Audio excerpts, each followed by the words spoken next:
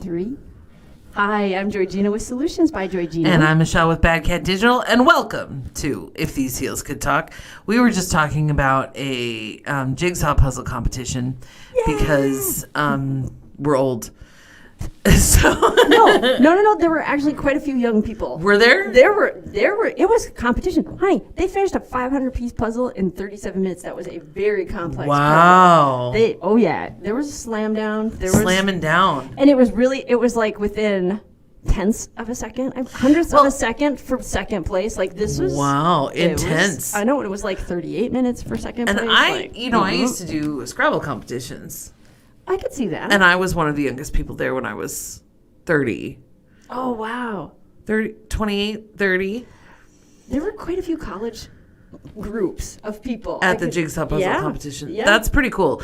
I would imagine that it kind of got a little bit more popular after the COVID. Because the puzzles have had a resurgence. Yes. I mean, COVID did for puzzles what J.K. Rowling did for children's literature. That's a terrible thing to say. I started that one, and I was too far down the path to stop myself. I have to finish this. Now you're probably wondering what you've wandered into. What you've wandered into is a fabulous conversation that we are having about putting a conversational puzzle together. Pretty much. It was a great segue. Yeah. That's what it is. Yeah, that's what it is. So if you had all worked in sales / own your own business. Yeah, same thing. Yeah, you're going to be doing sales. You might not put that might not be on your business card. It might not say sales. But it is part of it. It's totally what you're doing, especially if you're hiring. Like it's always kind of sales. Yeah. There's a particular thing that we've both noticed over the years, but you just recently had a very interesting conversation with someone, and I've got a great one that happened over the holidays. Yeah, so I got a phone call from a personal friend who works with an organization that already has they already work with an agency. So they work with an agency, and when she got the job, they work with an agency. So it was never an expectation of mine that she would call me and say, "Hey, I have this thing for you to do," because they work with somebody. Right. And somebody who's good. It's not. Right. So it's taken care of. Yeah, it's taken care of, and it's fine. So, of course, I want all of the things. But if that sounded weird, it's fine. It's because I want all of the things, but I can accept that I can't do all of the things. Good sales moment. That's what a good salesperson sounds like. I want all the things, but I can accept. Yes. Right. Anyway, so she called, and her agency had said that something wasn't possible. And it's something that's technical that, depending on how you ask it, sounds not possible. Yes. Okay? Yep. So I want you to imagine that somebody comes to you and says, "I want that person over there to fly." And not possible. People don't fly. Right? Not most of the time. Super simple. People don't fly. So her agency said no. 3 other agencies said, "No, we can't do that. That's not a thing." Because people don't fly. Because people don't fly. People don't right? fly. And then she calls me, and I say, "What are you trying to do?" And she says, "I need to get this person through the air from point A to point B." Mm-hmm. And I say, "Can they be carried?" Aha, you asked a question because I was looking for, what is your goal? Instead of stopping with, "That's not possible," what I wanted to know is, what are you trying to do? Because oftentimes people ask us questions, especially in digital, that they don't understand the question that they're asking. They don't know what they're asking us to do. All they know is that they want something done. And they think the way to do it is this. And so when they ask, "Do you do this thing this way?" I don't say yes or no. I say, "But what are you trying to do?" And when I talk to you about this, evidently this is a thing. Oh, it's completely a thing. I just thought it was something you would ask. Well, it's the question not asked, and it's sales 4.0. Like it's the more advanced level of sales, which is ask all the questions. Right. You don't assume that you don't can't. assume anything. Someone has come to you with a problem and they think you might have a solution. Right. Okay, that's great. They've now associated and understand what you do. That's a big positive. Yeah. And if you can't do it, I do totally say that you cannot do it. But before you say you can't do something, make sure you're really clear about what they're asking for. And I have this happen quite often also in coaching. People will be like, well, can you make this happen? If I work with you, will this happen? Will I increase my income by this, or will this or this happen? And I'm like, what's your end? Yes, you want to increase the revenue, but why do you want to increase your revenue? Where does that take you? What happens after that? Right. Where are we? There's got to be more, because I'm like, money will only motivate you to a point. There's only a small group of people motivated by money. Right. It's actually fairly small. But the money provides something else. And so I'm like, where? So then I wind up asking, where are you actually trying to go? What are you actually trying to achieve? What do you need? And then it expands into things that I can say yes or don't no, ask what me, you really want. Don't ask me the question that sounds like the business-minded question, which is, if I engage in executive coaching, how much will my revenue go up? That's an asinine question, frankly. It is. It's an asinine question. It's like saying, if I go buy shoes, how much faster can I run? It's an asinine question. I know, but people start there. Yeah. A lot of people start with the money, and it's like, okay, you're right. There needs to be, you obviously want a return on your investment. Absolutely. So that's what I hear. I'm like, oh, you want to make sure you get a return on that investment. Right. Let's see what you're actually measuring. Let's define return. Let's define success. Let's define what we're trying to do. That's always the bigger thing. Right. In sales. And just like you were pointing out, here were these other people that they had gone to that could have easily just asked a few more questions. And that's not the first time we see that. I would say that's probably 1 in 5 conversations. It's a lot. I have a lot of those conversations. And now that I think about it, when I realize kind of where my frustration is, when other people on my team sell things, sometimes I have a hard time understanding what they've sold. Like the scope of what they sold, or what they thought was going to happen. And sometimes what ends up is that the client has a completely different understanding of what they bought than the staff person has of what they sold, which is a communication problem in the sales process. And that leads me to one of the things we talked about that I'm definitely applying recently. That came out of the Brene Brown Dare to Lead. I don't know what page. I read it a couple months ago, and it's still in there. But anyways, she has a thing because she recognized a rather large communication breakdown amongst her team and herself and so forth. And she asked the question, paint done. Even if you get a random email that says, well, I need these accounting numbers. This was one of her examples. Sure. I need this accounting number. She's, instead of responding to that and getting them what they need, she responded back and said, well, what exactly are you looking for? Right. And they're like, do you have 5 minutes? Yes. So a 5-minute conversation ensued, which they were able to understand she didn't actually need a giant sheet that was going to spend hours to produce. What she needed was these 4 numbers to create this answer to give to... Right, to pass on for this report that she was giving to the board. That was it. That's what she needed. Right. And so by asking people to paint done, I did this recently with a client. I'm like, paint done in this space. Like, tell me what this is going to look like when it's done. Completely. The paint color, the curtains, paint, literally give me the picture for this. That has been so valuable because what they answer to that and what I thought I heard, they're not alike. And I recognize it as they start to talk. I'm like, and we're moving over, and we're moving over. And I'm like, okay, now we're there. So I have to admit that has been a helpful thing to get really clear on what people are truly asking for. Yeah, and I think that it's something that it's a great way to kind of teach this. Mm-hmm. It never occurred to me that I was doing something different when I would ask the questions. What occurred to me was that I didn't understand the request because I come at it from a perspective of everybody's reasonable, everybody's rational, everybody understands that, up is up and down is down and basic business is basic business. And so if you ask me how much it costs to make a person fly, I don't think that there's something wrong with you or tell you that that's impossible with this like condescending. Right. Yeah. I just say, I assume that there's something wrong with me and I've misheard you. See, you like a good challenge. Part of that, like we started and that's part of it too. We like a good puzzle. We like a good challenge. We like so a good sometimes puzzle. when I hear things like that, Yeah. I go, oh, tell me more.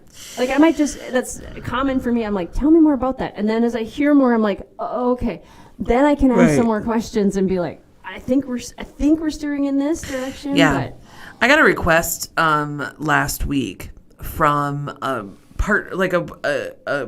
working partner of mine. Sure. Somebody that we've done a lot of work with in the past business back and forth. Anyway, so he got a call from somebody who has a very particular goal in mind, which is to help get someone out of jail. Oh, that's an interesting thing. Which is great. Leaving all innocent, guilty, all of that to the side. This isn't a true crime podcast, and that's not what we're talking about. Got it. So leaving all of that to the side, okay. I have to think about what are my tools, and of those tools, what could I use commercially to help get this goal achieved. And I thought about it a little bit, and I thought about what could we do, and then I thought, but is that the best thing to do to get to this goal? And then I thought, God, if this guy were my friend, I would say, you don't want this, you want that. Yeah. And then I was like, okay, well then I need to say, you don't want this, you want that. So we're going to pass, not because I have some sort of moral, like I hadn't even gotten to that yet, whether or not I was willing to take that on, how I felt about that. Was this going to produce the results that this going to produce the results that they wanted? Their goal was very clear. They were very clear about painting done. And what I love about that is that when somebody's so clear, now I can look at it and say, would my tools actually help achieve this? It makes it a lot easier to get to yes or no. Right. Or that brings up a really great conversation that I had with somebody way last year. Anyway, it's kind of lengthy, but there was a massive dispute amongst associations. This is in another state. And it was this massive dispute with an association, and this person was fairly upset at what wasn't happening appropriately that he felt.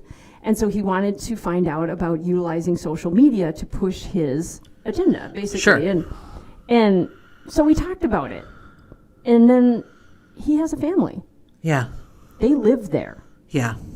And so I really had the detailed conversation about, do you recognize the consequences of what we're talking about? Right. I'm like, you can be mad and you can do this, but there are results. There are consequences. There are going to be some consequences. And are you prepared for these? And I made him list them out. I'm like, I need you to grab a piece of paper. I made him write them out.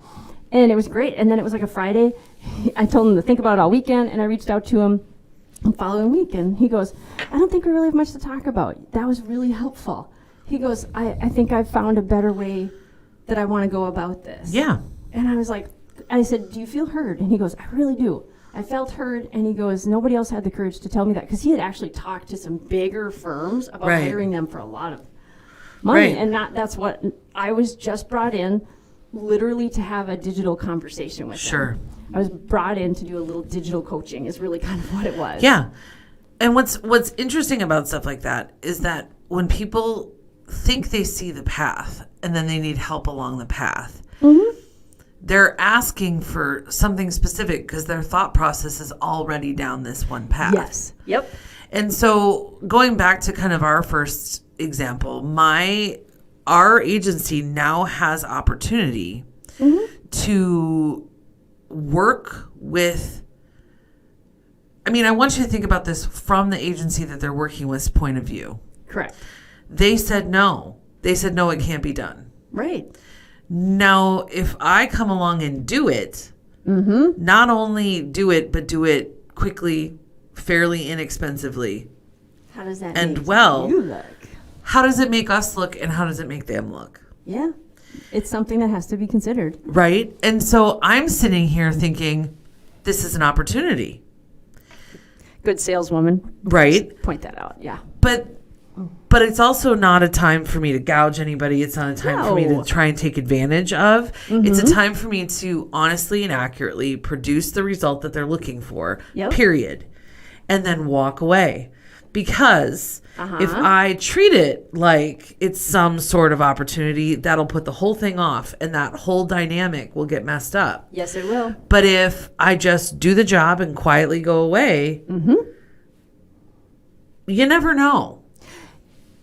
I've always encouraged people that have come to me and asked for consulting, because this is a perfect example of it, that are in banking, financial types of things, insurance. I always encourage them. Everybody needs a number 2. Yes. So I'm like, become their trusted number 2 advisor. Yeah. Because you never know. Right. When somebody needs to, and I shared that with somebody in BNI years and years ago, and he actually thanked me for that. I ran into it, it's been 5-6 years. Yeah. And so I ran into him, he goes, you told me that, and you were really, really serious about it. And he goes, so I took that to heart. And he goes, I would tell people, you know what? I get you have an insurance, but how would you make me number 2? He goes, you cannot believe, like 3-4 years later, that really started to come back. Yeah, I'm it like, pays off. It's a seed. And that's all you can and that's do. what as I was starting Bad Cat and people started asking for my advice, I would give it freely. Yes. And I had competitors who were like, what are you doing? And I was like, what? They asked me for an opinion. I'm giving them an opinion. You're becoming number 2. And they would be like, why aren't you charging for that? And I said, because then they'd stop asking. They already have somebody that they're paying. Like it doesn't, I'm very opinionated. If all you have to do is ask my mother, I will give you an opinion for free. Like, that is not a problem. And so, if you ask me, I'm going to tell you. If you don't ask me, I'm not going to say anything. If you don't ask me, if your website is terrifying and you don't ask me about it, I'm not going to say anything. No. Unless there's something functional about it that doesn't work, and I think you should know that it doesn't work, like the contact form doesn't work or the phone number is wrong. Yes. I will say that, but I won't walk up to you and say your website is terrifying. You need to call me. That's not my style. No. My style is more if somebody comes to me and says, "Oh my God, my boss will not redo this website and I think it's terrifying." And I will say, "Well, why don't I give you 6 to 10 business-based reasons why they could make more money if they would invest in their website." Perfect. And so that you can plant that in their mind. And sometimes that person calls and sometimes that person doesn't, and that's okay. Yeah. And that's how sales works. Yep. Like, that's such a perfect example of that's sales. Is just my ear itches. What? On camera. On camera. Very weird. Don't do it. I'm a child. That's not sales related. I'm an old child. Sales is not tricky. It's very much about the unasked question. Yes. Somebody comes to you with X. And this is why easy sales are so dangerous. This is why somebody walking in and says, I want to buy a website, how much? That's why it's so dangerous. I don't know about you, that makes me ask a lot of questions. Yep, a lot of questions. We got a phone call yesterday that was like that. I want a website, how much? And I'm like, well, there's a lot of variables in that. It's just like how soon, what's the timeline, what do you have already? But here's the thing that I've discovered, and this is maybe a little bit different than the topic, but it's a sales thing. Yeah. Right? When people ask that question, they want an answer. Yes. And anything that I do that's not an answer, it just annoys them. It's just annoying them. Yeah. Because they're really just trying to compare some apples to oranges to pears. Right. But don't even want to know about it. And that. I don't need to invest time for somebody who's just trying to double check that the price that their cousin gave them was right. Pretty much. Right? Yeah. So that's funny. I answer the question. I say, well, it depends on the functions and features of the website. But most websites for small businesses will go between $3,000 and $20,000. And then I give them an answer that's an answer. Right. It's the true answer. It is. But it's ludicrously unhelpful. Because now, okay. Because I've demonstrated to you that I literally can't answer the exact question that you asked. Because your question is so vague. And how much for my website? I have no idea. I don't even know. I mean, what do you want it to do? Right. And where are you going? And what's the long-term plan? There's so many questions in that. But again, understanding that phone call, and that phone call sounded the same when I was a professional organizer. Yeah, totally. How much do you charge? And it was like, do you care if I have any availability to work with you? Like, let's start there. But I learned just to answer the question or just tell them, I'm like, I have no idea what I'm even looking at. I can't tell you. Yeah. I'm like, do you want to start texting me photos? Like, yeah. I literally can't drop out of the air and drop that one for you. Sorry. Right. Where are you located? Like, there were so many questions. But it's that way for my husband's handyman business. Like, literally. Yeah. When people are like, that, I need some work done. How much? Yep. Well, I mean, do you want a house built or do you need a door replaced? Like, well, and when people say, I need my living room painted. Okay. What size is that? What size is it? And do you want the ceiling done? Are you going to make me knock off the damn acoustic stuff? Right. Do you have wallpaper that I have to take down? So that's what we're getting at. Is there are gobs of things in communication, unanswered questions. Yes. And so getting to that, what exactly are you looking for? Because I'd love to solve your problem if I've got a solution for you. Yes. That's really the key to this. And a lot of times as business owners, sometimes I can be so busy. It does take me a moment to like catch a breath, take a breath, and be like, this is a sales call. It's a different gear. Yeah, and I have to hear it differently. It's not coaching. They're not a client. Like it's just a different gear, and you got to kind of get into it. But I do find I have to kind of remind myself and get curious. The funnest thing about sales is the curiosity that's involved. And one of the most interesting things about trying to scale when you can't do all of the sales yourself is being able to quantify and communicate some of these things. To say, yeah, that project, we were upside down on that project, not because the client was this or the client was that or the client was this, but because our scope was wrong. Our price was wrong. Why was our scope wrong? Our scope was wrong because we didn't ask enough questions.